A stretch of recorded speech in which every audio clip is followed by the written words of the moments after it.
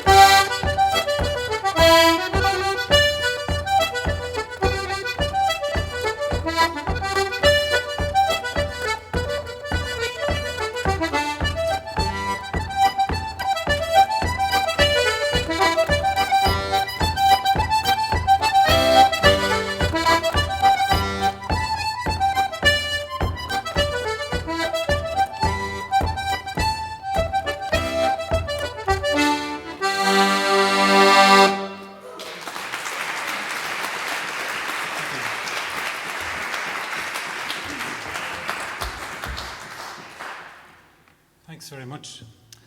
I brought a selection box, or a selection of boxes, just for a bit of a variety, I suppose. I have a nosy tendency when it comes to music, and I like to try and hear the different sounds and the different ways of playing the box, the different accordion systems. So that one that I just played now is the current, I suppose you could say, the current popular system of accordion playing.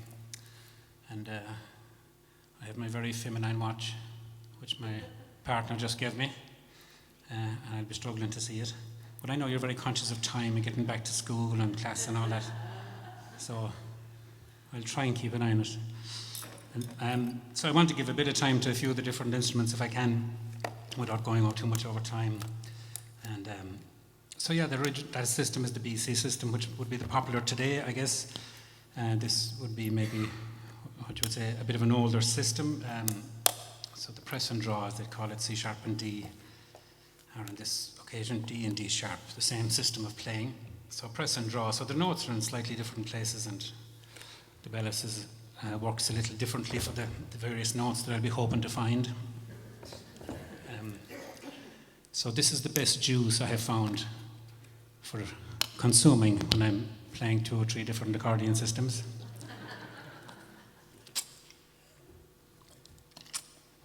It is confusing enough without adding alcohol to the mix, as we'd say.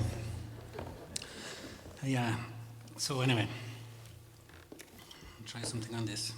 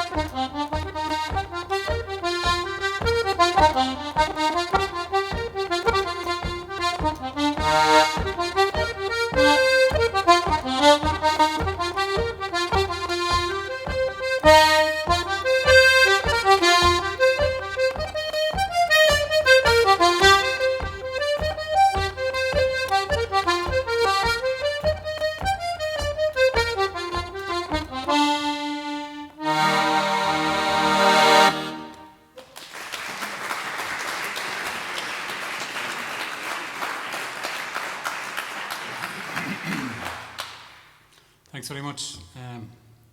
It's an old tune, something like Hardyman the Fiddler. And I heard Tom Foch O'Canavan whistling that for on an old recording that Seamus Ennis made, I'm sure. And it was a bit like that. And I've come up with something in the meantime that makes it sit a little easier for me anyway. So Hardyman the Fiddler. And there's nothing wrong with playing the first part of a jig 3 times, according to Tony McMahon. For those keen listeners in the audience. And no one's going to argue with Tony McMahon. Yeah, I suppose his idea is that you get to give yourself a chance to feel the tune and to find the tune, to find your place within the tune. So that takes a bit of time. And so this old accordion is Tony McMahon's accordion, the great Clareman. And Tony is 80 years old now and not in a position, unfortunately, to play any longer. And he's got bad kind of a tremble in his hand. So that affects his playing, unfortunately. And so it's a very historic kind of instrument. It was his own accordion, we'll say, from when he started playing. So he had the accordion his entire life, whereas like I've had several instruments gone through in the course of 35 or so years. Tony stuck with the one, and I'm not surprised that he did, really. It's a very special instrument. There's a quality in the tone that is quite like none other, really. And yeah, I got a couple of tapes for my confirmation, you know. My mother took me to town. We thumbed into Tralee. We didn't have a car in our house, and you know, sometimes I look back and it was probably a good thing from a musical point of view, because I was restricted to musical access to as far as I could go on a bicycle. I wasn't a big fan of walking, and so you know, we didn't have the car to get us to teachers in various towns or whatever. So my music was informed for a lot of my earlier years by the musicians in the community, and that I see now has been highly important in founding a foundation, I suppose, for one's music going forward, and to have the correct context of your music from your own locality, I see has been very, very important. Rather than learning tunes from bits of paper or screens or YouTube or whatever, I think it's all about connection. And you meet the people and you connect with them, and the music has a lot more meaning as a result of that, is my experience of it anyway. So yeah, I got 2 tapes for the confirmation, and I still have them, and my mother bought me a watch the same day, and obviously I don't have that. And so the 2 tapes were 2 hairy, bearded accordion players, Joe Burke of Galway and Tony McMahon of Clare. And there were 2 musicians that I would have heard their names being mentioned at home. My father was a keen music lover, and he loved playing himself for his own enjoyment. He'd play every night in the porch. I suppose it was a form of therapy. He had 6 big sons. So it is no wonder he needed something to blow off a bit of steam. So yeah, he loved music, and I remember growing up, like the first memory was being at his knee while he played and all that, but I remember his importance that he would place on any of the music that would come on radio. If Joe Burke played or Tony McMahon played in particular, serious attention would have to be given, equal to the silence of the 6 o'clock Angelus or the 9 o'clock news. That was the expected attention to be paid to Tony McMahon and Joe Burke as well. So those recordings informed me my playing as well as a young person. I identified immediately, of course, with Burke's recording, it being a BC system and a BC accordion he used. I could identify with the tone. Of course, the music was magical, really. You know, Joe was without doubt a masterful accordion player. And the other one then was pitched differently, of course, was played on this accordion, so I couldn't figure out for a long time what he was doing, of course. But there remains a magic in that recording for me. It was released in 1972, and that's the album that he made first on this accordion. So I'll play a piece that I heard on that album now, and it's a Storm O'Cree, which is a lovely air. And of course, like I say, I would have heard it on the recording, but it didn't make an awful lot of sense for me, as did some of the Burke recordings, being the BC system. But the next time that I heard this song, it was sung by a man called Colm Colleen Folan, a great singer from Carna and Connemara, from Moynish. And he used to come visiting his friend in Ballyduff. They worked in London together. So he was one of the great Shannon singers of Connemara. And we had a great community of singers and musicians and dancers that would meet in the kitchen of Brown's Bar every weekend. And Colin came into this and brought this brilliant Shannos tradition with him. And he went down a bomb, of course. And that was the first time I heard then a Storm O'Cree. And I've heard him singing it afterwards, of course, in Connemara. So it makes sense, the song of immigration. And so just hearing it played didn't grab me as such until I heard the song and what it meant sung. So yeah, it's a Storm O'Cree.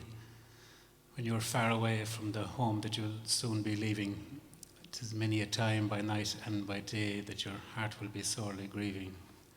For the stranger's land may be rich and fair, with riches and treasures golden. You'll pine, I know, for the long, long ago and the love that is never olden.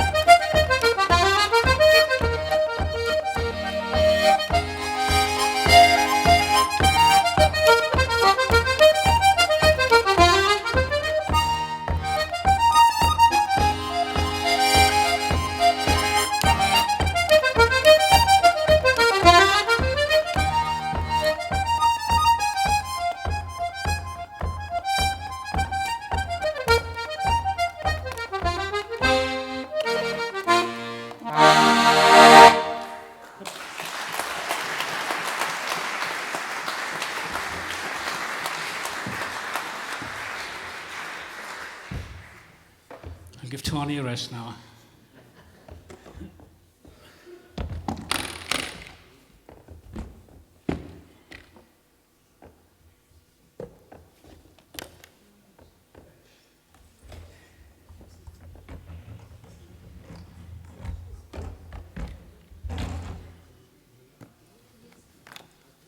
So to an older box even, from Tony to Tom. Tom Carmody owned this instrument, no surprise. It's a very old and beautiful and smelly instrument. It was outdoors in a shed for a few years, so there's a grand smell of mould off it. And there's a few people trying to see it. It's quite decorative. It was custom made for Tom in the States by an Italian family called the Iori family, about 100 years ago or thereabouts. Tom was born in 1893 and lived until 1986. So he had a long and happy and musical life. Went to the States in 1925, having learned the fiddle and the melodeon from his father, Moss Carmody. And Moss Carmody learned from Jeremiah Breen, who was a great old music teacher from Ballyconry. He was written about, in fact, in Chief O'Neill's Waifs and Strays of Gaelic Melody in 1922, as being one of his most valuable sources for the manuscripts of the time. So there was very strong standard and quality of music in North Kerry at that time.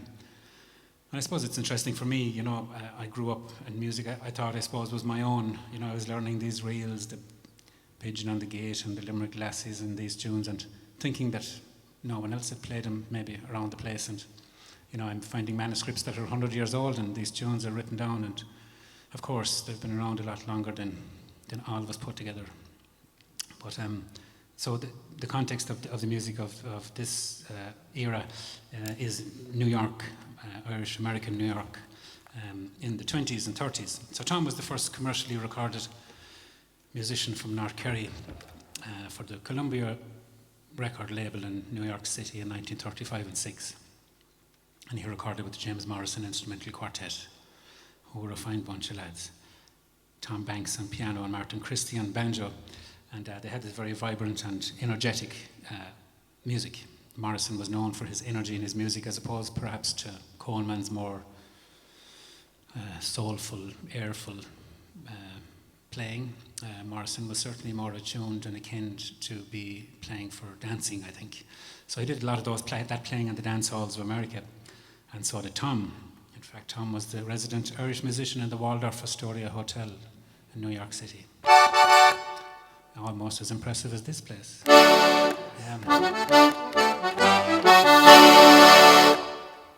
Maybe one that Tom recorded, a couple of hornpipes, the Showman's Fancy and the Sanglark.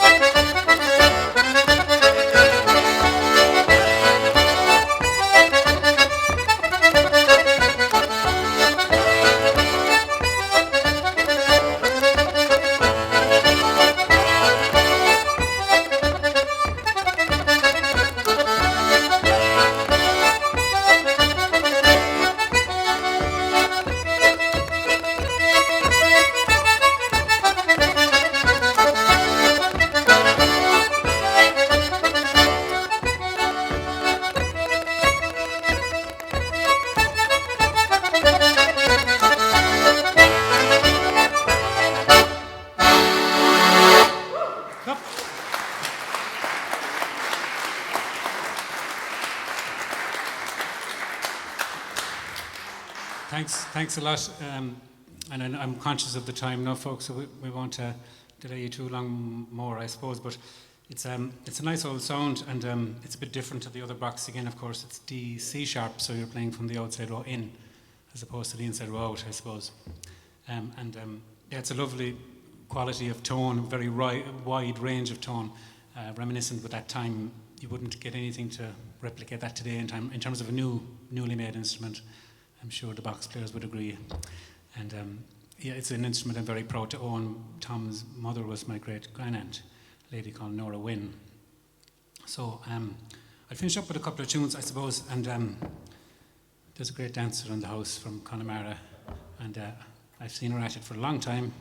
She's well able, no better lady. Nadine Corrine will take a lip out there soon when I give her the old wink. So thanks very much to John Hawke for his technical assistance today, and to Ty Keller for his wonderful job trying to keep my feet quiet. Thank you, folks.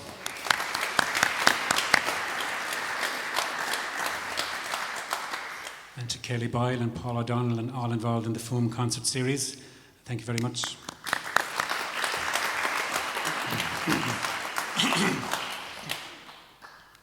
So you'll see on the flyer next week that I was here last week. I want you to be delighted you were here. I'll play an old waltz, and there's extra room around here, you know. If the notion takes you at all, you're more than welcome to have a dance. And it is an old tune Joe Carey wrote. Joe is a great accordion player from County Mayo, and he wrote it for, oh, my head is gone when I need it, the concertina player from County Clare, Dimpno, O'Sullivan. So he called it Dee's Waltz. Lovely old tune. And I'll play a couple of reels then, and I'll give a blast to Shannos.